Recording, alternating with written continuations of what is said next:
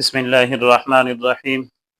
عن عبد الله بن عمر رضي الله تعالى عنه قال قال رسول الله صلى الله عليه وسلم زوال الدنيا أهون على الله من قتل رجل مسلم او كما قال عليه الصلاة والسلام.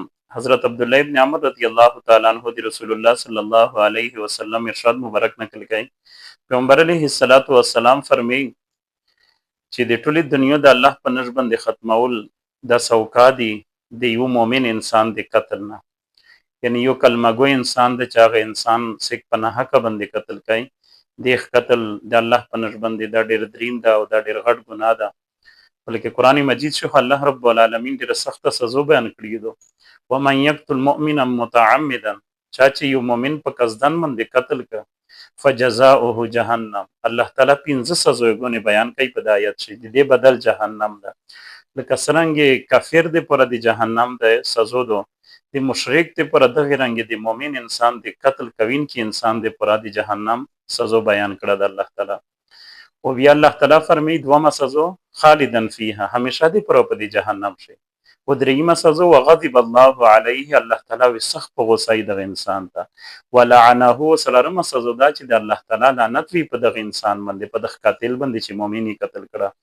او پنځمه سزا دا چې وعد له عذابا عظیما، الله تعالی دغه انسان د پر لوی عذاب تیر کړه ده. نو دا 15 سزاګونه بیان الله تعالی کړه ده د یو مؤمن انسان په قتل باندې. په یو موقع باندې رسول الله صلی الله علیه وسلم د خانقاه طواف کو، او په دې طواف په دوران چې پیغمبر علیه السلام خانقاه ته متوجه شو او مخاطب شو، او یې فرمیل چې خانقاه اې د الله کېره ډیر لوی عظمت دی، دا ډیر لوی تعظیم دی، دا ډیر لوی احترام دی، دا فضا دی ډیره خوشګواره ډیره بهترینه ده.